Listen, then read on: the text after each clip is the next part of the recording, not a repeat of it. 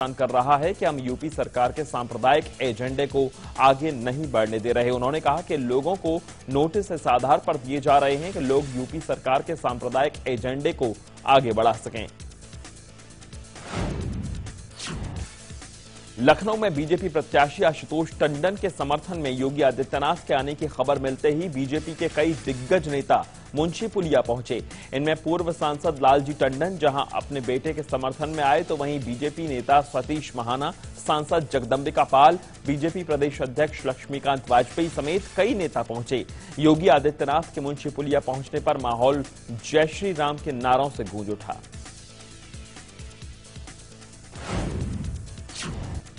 लखनऊ में रैली करने पर रोक के बावजूद योगी आदित्यनाथ ने लोगों को संबोधित किया। ऐसे में एक बार फिर योगी आदित्यनाथ विरोधियों के निशाने पर आ गए हैं। कांग्रेस ने आरोप लगाया कि योगी आदित्यनाथ ने कानून तोड़ा है और ऐसे में उनके खिलाफ कड़ी कार्रवाई होनी चाहिए। कांग्रेस ने कहा कि योगी की ये रैली सीधे सीधे चुनाव आयोग को चुनौती है। बीजेपी के फायर ब्रांड नेता और गोरखपुर से सांसद योगी आदित्यनाथ पर एनसीपी ने भी निशाना साधा है। लखनऊ में रोक के बावजूद रैली करने वाले योगी पर एनसीपी ने कानून से खिलवाड़ करने का आरोप लगाया। एनसीपी ने कहा कि योगी हमेशा कानून तोड़ते हैं, ये पहली बार नहीं है जब योगी आदित्यनाथ ने कानून से खिलवाड़ किया हो। एनसीपी ने आरोप लगाया कि योगी आदित्यनाथ ने ऐसा इसलिए किया क्योंकि यूपी में उपचुनाव होने हैं। उत्तर प्रदेश की 11 विधानसभा और 1 लोकसभा सीट पर उपचुनाव होने हैं। ये उपचुनाव असल में मोदी लहर को जोरदार और कमजोर साबित करने की कोशिशों के इर्द गिर्द घूम रहे हैं। इस लहर के सहारे लोकसभा चुनाव में अपनी सबसे बड़ी जीत हासिल करने वाली बीजेपी एक बार फिर उसी के बल पर अपना दबदबा साबित करना चाहती है। वहीं समाजवादी पार्टी और कांग्रेस की नजर बीजेपी के सबसे बड़े हथियार की धार कुंद करके एक तीर से 2 निशाने लगाने पर है। बीजेपी अध्यक्ष अमित शाह के खिलाफ जो चार्जशीट दाखिल की गई है, उसमें कई गंभीर धाराओं में मामले दर्ज कराए गए हैं। अगर अमित शाह पर लगे आरोप साबित हो जाते हैं तो उन्हें 3 साल तक की सजा हो सकती है। इससे पहले लोकसभा चुनाव प्रचार के दौरान शाह के खिलाफ द्वारकापुरी स्थित एक बारात घर में आयोजित एक सभा के बाद नई मंडी में यह मुकदमा दर्ज कराया गया था। उस समय शाह बीजेपी उत्तर प्रदेश के प्रभारी थे। बीजेपी अध्यक्ष अमित शाह पर चार्जशीट दाखिल होने पर एक बार फिर विरोधियों के वो निशाने पर आ गए हैं। कांग्रेस ने अमित शाह को गिरफ्तारी की मांग की है। कांग्रेस का कहना है कि यह बहुत ही संजीदा मामला है। शाह का भाषण इस तरह का था कि उनके खिलाफ कार्रवाई होनी चाहिए। वहीं एनसीपी ने कहा कि शाह के खिलाफ चार्जशीट दाखिल होना एक माइलस्टोन है। जम्मू कश्मीर में बाढ़ का पानी घटने लगा है, लेकिन मुसीबतें बढ़ गई हैं। सेना अब तक 1 लाख लोगों को बचा चुकी है, लेकिन अब भी लगभग 6 लाख लोग फंसे हुए हैं।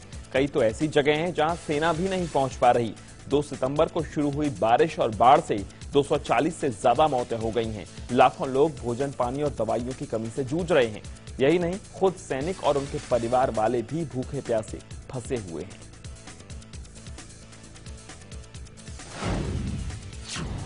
जम्मू कश्मीर में कुदरत के कहर की वजह से लाखों लोग अब भी जहां तहां फंसे हुए हैं। भूस्खलन की वजह से कई सड़कें पूरी तरह से बंद हैं, जिसकी वजह से यातायात प्रभावित हुआ है। यहां का जम्मू श्रीनगर नेशनल हाईवे भूस्खलन की वजह से पूरी तरह बंद है। ऐसे में हाईवे पर ट्रकों की लंबी कतारें देखने को मिल रही है। वहीं प्रशासन का कहना है कि सड़क को ठीक करने में 1 हफ्ते से लेकर 10 दिन तक लग सकते हैं। जम्मू कश्मीर में आई बाढ़ पर प्रधानमंत्री नरेंद्र मोदी ने आपात बैठक की। इस बैठक में सभी बड़े अधिकारी मौजूद थे। मोदी ने अधिकारियों से जम्मू कश्मीर पर पूरी नजर रखने को कहा है। यही नहीं, अधिकारियों की टीम जम्मू कश्मीर भेजने के लिए भी कहा। पीएम मोदी ने पहले ही जम्मू कश्मीर में आई बाढ़ को राष्ट्रीय आपदा घोषित कर दिया है। बाढ़ से तबाह कश्मीर घाटी में स्थिति को बहुत गंभीर करार देते हुए जम्मू कश्मीर के मुख्यमंत्री उमर अब्दुल्ला ने कहा है कि जबरदस्त तबाही से प्रभावित हुए लोगों के गुस्से को वो समझते हैं। बुधवार को खुद मुख्यमंत्री उमर अब्दुल्ला ने बाढ़ प्रभावित लोगों को राहत सामग्री बांटी। उमर ने लोगों के बीच हेलीकॉप्टर से राहत सामग्री फेंकी।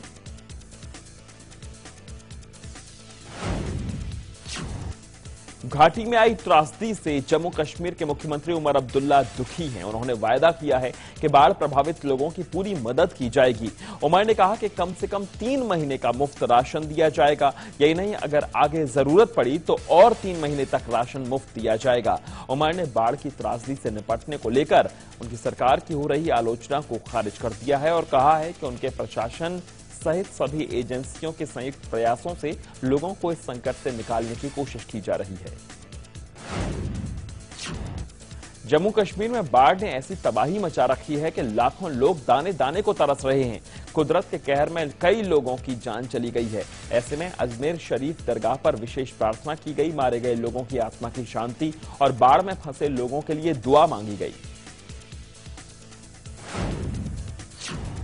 जम्मू कश्मीर में आई आपदा को देखते हुए देश भर से मदद के लिए हाथ आगे बढ़ रहे हैं।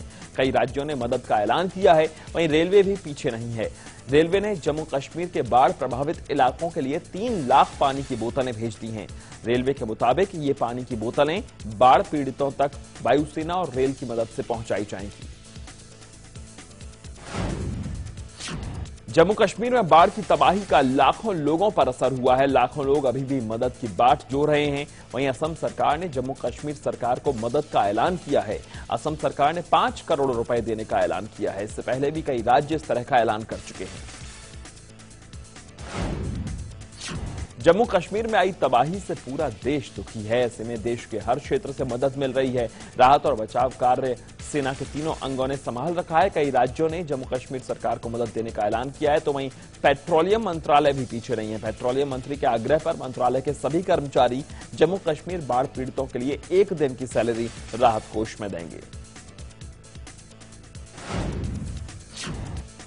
जम्मू कश्मीर में कुदरत की तबाही ने आम जनजीवन को पटरी से उतार दिया है। ऐसे में राज्य में विधानसभा चुनाव कराना आयोग के लिए बड़ी चुनौती होगी।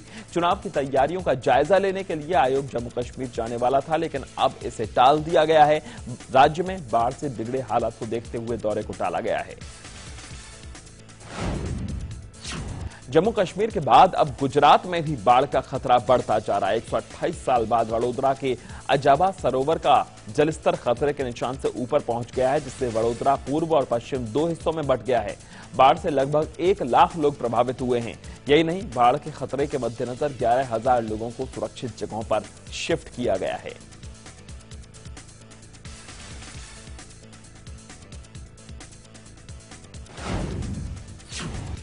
मोदी सरकार ने नॉर्थ ईस्ट रीजन पर पूरा ध्यान देना शुरू कर दिया। बुधवार को पीएम मोदी की अध्यक्षता में हुई कैबिनेट की बैठक में टेलीकॉम डेवलपमेंट प्लान को मंजूरी दी गई। इस प्लान में लगभग 5,500 करोड़ रुपए खर्च होने का अनुमान है। सरकार नॉर्थ ईस्ट में व्यापक पैमाने पर टेलीकॉम डेवलपमेंट प्लान को लागू करना चाहती है। केंद्र सरकार ने साफ कर दिया है कि बाहर से आयातित खाने वाले तेल पर लगने वाले आयात शुल्क में इजाफा नहीं किया जाएगा। केंद्रीय खाद्य मंत्री रामविलास पासवान ने कहा कि सरकार आयात शुल्क में फिलहाल इजाफा करने के मूड में नहीं है। दरअसल इससे जुड़े कारोबारियों ने सरकार से इसमें इजाफे की मांग की थी। केंद्र सरकार ने बुधवार को विशिष्ट पहचान संख्या परियोजना के 5वें चरण को मंजूरी दे दी। इसके तहत 2015 तक राष्ट्रीय जनसंख्या रजिस्टर के तहत होने वाले पंजीकरण सहित 100 करोड़ आधार नंबर बनाए जाएंगे। मंजूरी के साथ ही यूडीआईएफ को 2015 तक 100 करोड़ आधार कार्ड बनाने को कहा गया है। वित्त मंत्री अरुण जेटली अगले हफ्ते होने वाले G20 में भाग नहीं लेंगे। वित्त मंत्री अरुण जेटली ने यह फैसला स्वास्थ्य को देखते हुए लिया है। ऑस्ट्रेलिया में होने वाले सम्मेलन में जेटली भाग नहीं लेंगे। दरअसल हॉस्पिटल में भर्ती अरुण जेटली को बुधवार को छुट्टी मिली। प्रधानमंत्री मोदी 16 सितंबर को गुजरात जाएंगे। प्रधानमंत्री बनने के बाद मोदी का यह पहला गुजरात दौरा होगा। इसके लिए बीजेपी अभी से तैयारियों में जुट गई है। मोदी का शानदार स्वागत करने के लिए बीजेपी कोई कोर कसर नहीं छोड़ना चाहती। पीएम मोदी 16 सितंबर को अहमदाबाद एयरपोर्ट पर उतरेंगे।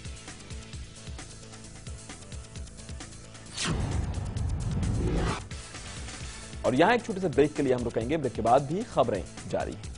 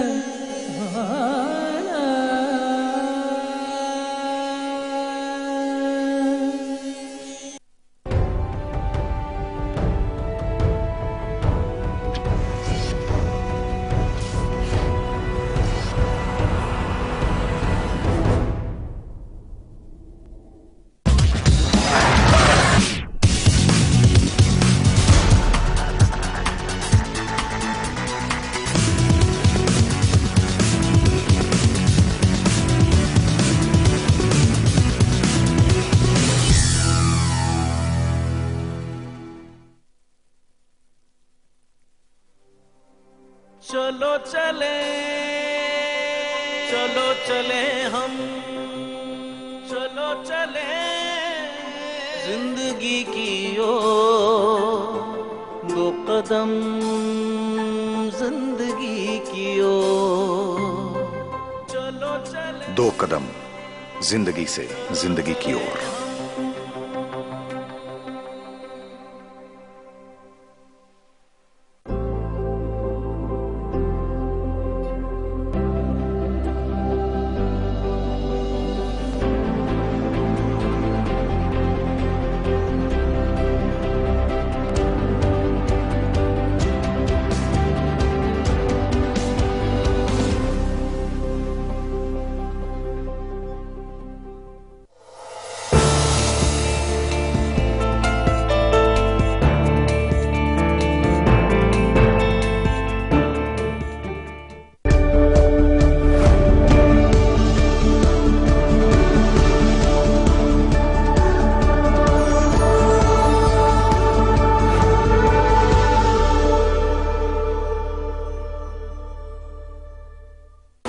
राजनीति के गलियारे की हर खबर, संसद से 7 तक नजर है प्रधानमंत्री कार्यालय की गहमा गहमी पर।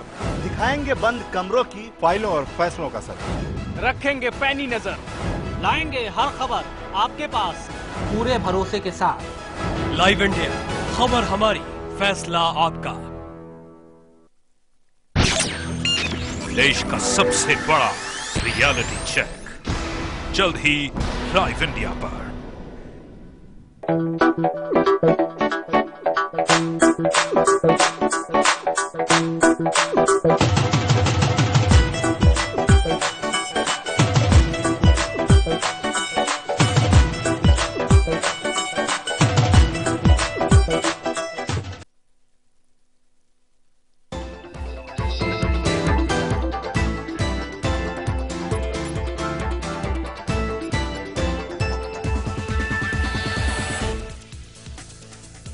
ब्रेक के बाद एक बार फिर आप सभी का स्वागत है।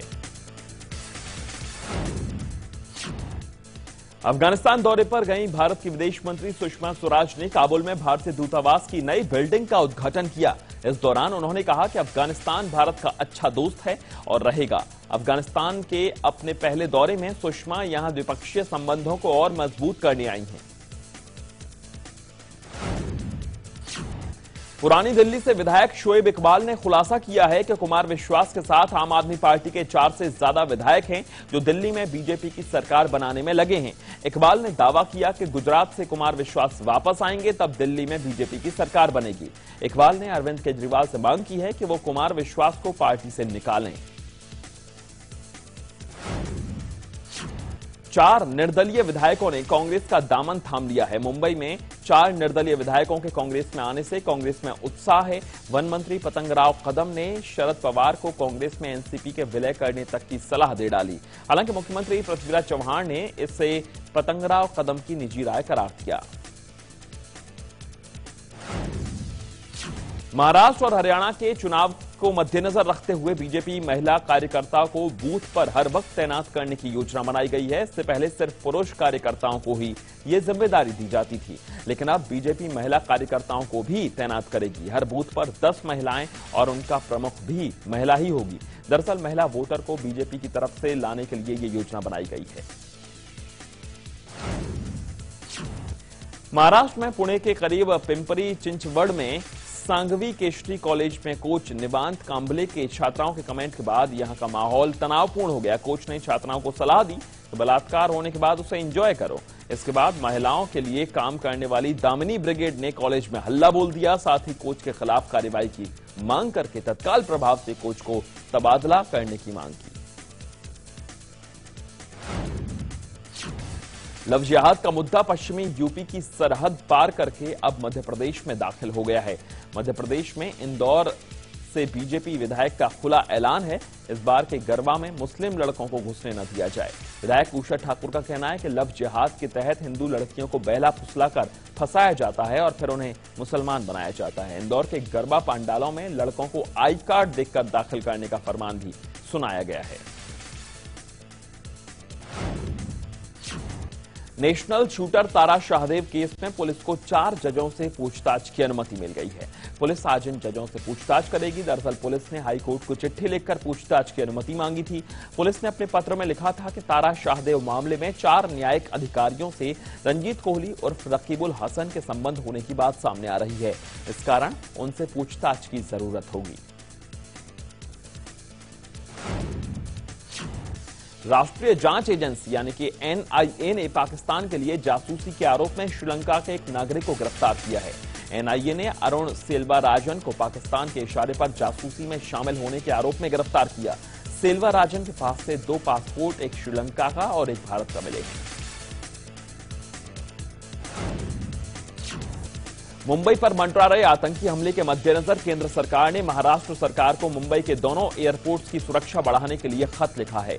इसकी पुष्टि खुद महाराष्ट्र के मुख्यमंत्री पृथ्वीराज चव्हाण ने की है। पिछले दिनों महाराष्ट्र सरकार को मुंबई में अल कायदा के हमले से संबंधित अलर्ट खुफिया एजेंसी से मिला है।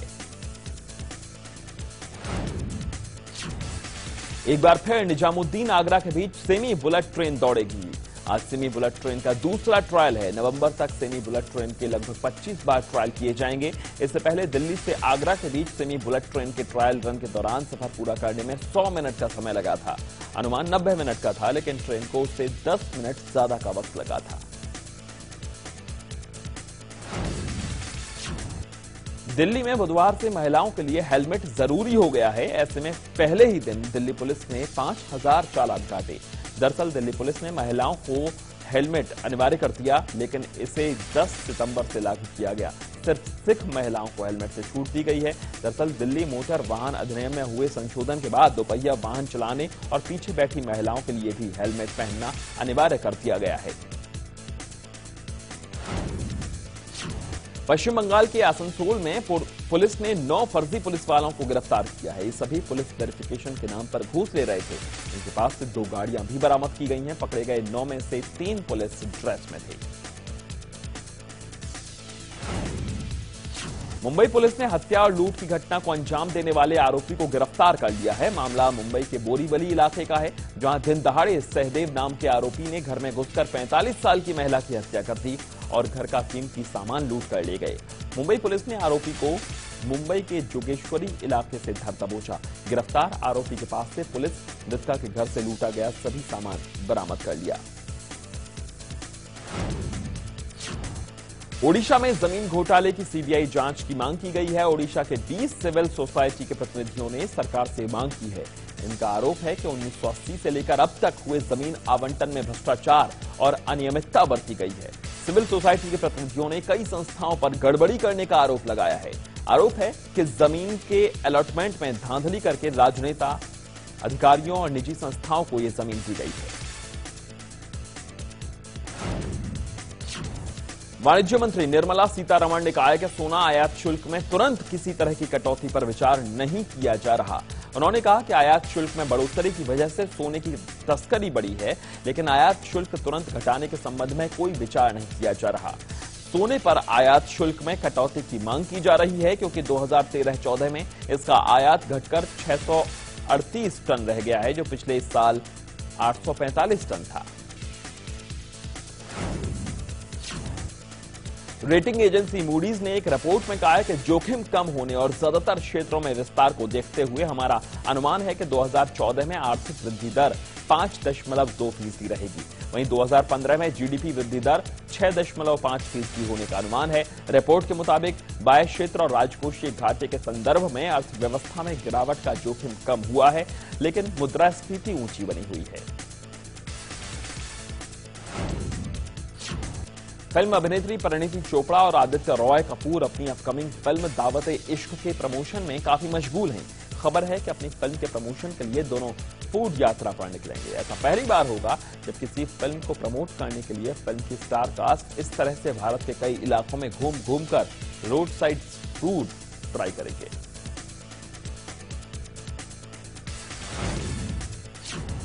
आलिया भट्ट को लगता है कि जब से वो एक्ट्रेस बनी है तब से उनकी लाइफ में काफी बदलाव आ गया है। वो पहले की तरह आसान जिंदगी नहीं जी पा रही हैं और ना ही पहले की तरह फ्री महसूस करती हैं। आलिया का कहना है कि अब वो हर वक्त अच्छा दिखने के प्रेशर में रहती हैं।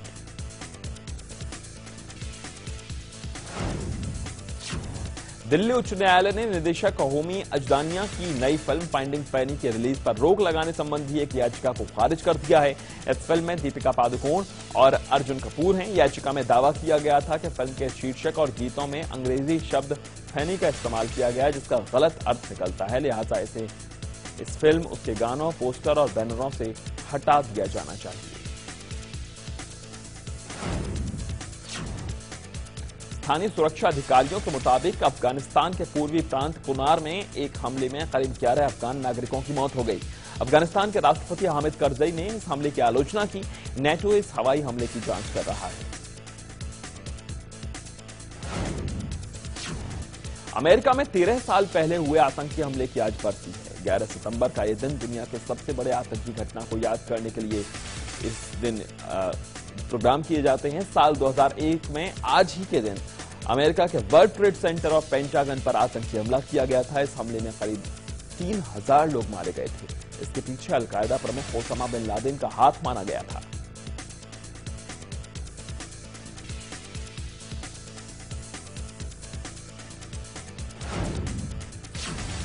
अमेरिकी राष्ट्रपति बराक ओबामा ने आईएस के खिलाफ जंग का ऐलान कर दिया है। ओबामा ने कहा कि उनके पास इराक और सीरिया में सक्रिय आईएस के इस्लामी चरमपंथियों के खिलाफ सैन्य कार्रवाई का पूरा अधिकार है। उन्होंने कहा कि इसके लिए उन्हें अमेरिकी संसद से अनुमति लेने की जरूरत नहीं है। इस्लामिक स्टेट यानी कि आईएस के जिहादियों ने सीरिया और इराक के एक बड़े हिस्से पर कब्जा जमा रखा है। भारत की टॉप डबल्स बैडमिंटन खिलाड़ी ज्वाला गुट्टा एशियन गेम्स में हिस्सा नहीं लेंगे। दरअसल ज्वाला के दाएं पैर में घुटने के दर्द की शिकायत है, जिसकी वजह से उन्होंने खेलों से अपना नाम वापस ले लिया है। एशियन गेम्स 19 सितंबर से दक्षिण कोरिया में होने वाले हैं। टेनिस में भारतीय टीम की मेडल जीतने की उम्मीदों को तगड़ा झटका लगा है। स्टार टेनिस खिलाड़ी सानिया मिर्जा और लिंडर पेस भी एशियन गेम्स से बाहर हो गए हैं। उन्होंने अपना नाम इस टूर्नामेंट से वापस ले लिया है और इसके लिए उन्हें ऑल इंडिया टेनिस एसोसिएशन से इजाजत भी मिल गई है। आईसीसी वर्ल्ड कप 2015 को भ्रष्टाचार और सट्टेबाजी से दूर रखने के लिए मेजबान न्यूजीलैंड प्रशासन ने क्रिकेटरों को खूबसूरत अनजान महिलाओं से दूर रहने की सलाह दी है। एक पुलिस अधिकारी के मुताबिक सट्टेबाज खूबसूरत महिलाओं की मदद से खिलाड़ियों तक पहुंचने की कोशिश कर सकते हैं, इसलिए न्यूजीलैंड पुलिस को हाई अलर्ट पर रखा गया है।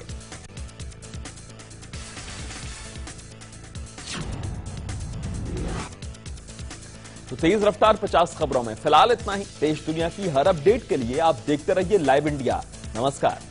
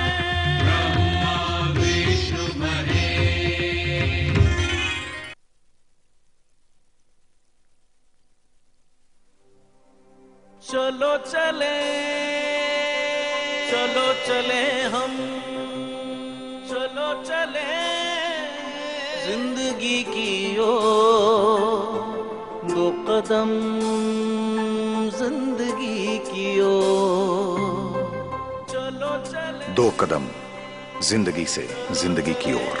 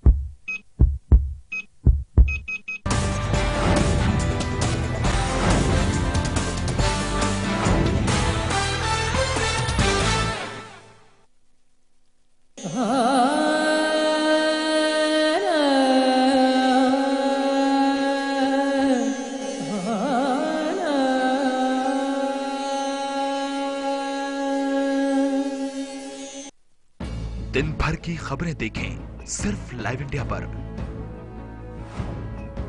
और अब खबरें आपके हाथ में, बस एक क्लिक दूर।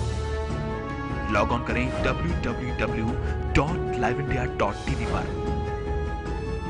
हमें सब्सक्राइब करें YouTube पर। दुनिया भर की ब्रेकिंग न्यूज के लिए फॉलो करें ट्विटर पर।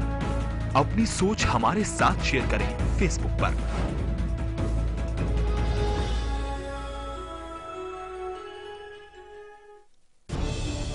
खबरों को देखने का हर किसी का अपना नजरिया होता है।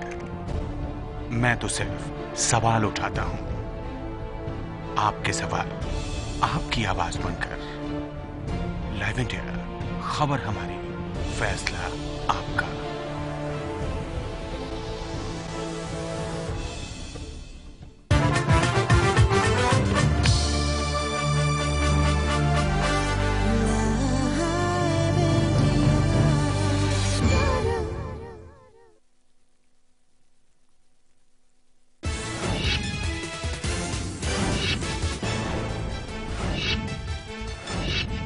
बीजेपी के फायरब्रांड नेता योगी आदित्यनाथ की सीना जोरी पर चुनाव आयोग सख्त। प्रशासन ने मांगी भाषण की सीडी, रिपोर्ट भी की तलब। मनाही के बाद लखनऊ में की रैली। मुजफ्फरनगर में भड़काऊ भाषण देने के आरोप में अमित शाह के खिलाफ चार्जशीट। पुलिस ने लगाई गैर जमानती धाराएं। लक्ष्मीकांत वाजपेयी ने कहा चार्जशीट से नहीं डरेगी पार्टी, जनता उपचुनाव में देगी जवाब। कश्मीर में आपदा पर पीएम मोदी का निर्देश, मौके पर तैनात रहे अधिकारी। मुख्यमंत्री उमर अब्दुल्ला ने किया एरियल सर्वे, 3 महीने तक मुफ्त राशन का किया ऐलान। यूपी झारखंड के बाद मध्य प्रदेश पहुंचा लव जिहाद का वायरल। इंदौर के बीजेपी विधायक का ऐलान, गरबा में मुस्लिम युवकों की एंट्री पर लगेगी रोक।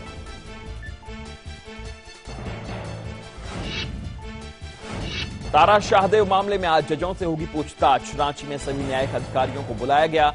झारखंड हाईकोर्ट ने दी इजाजत, जजों पर रखेबुल से नजदीकियों का आरोप। बुलेट ट्रेन से पहले सेमी हाई स्पीड बुलेट चलाने की तैयारी। दिल्ली और आगरा के बीच दूसरा ट्रायल रन आज। नवंबर तक 25 ट्रायल की तैयारी।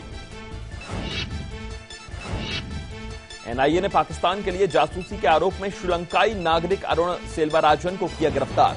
शख्स के पास से मिला श्रीलंका और भारत दोनों का पासपोर्ट।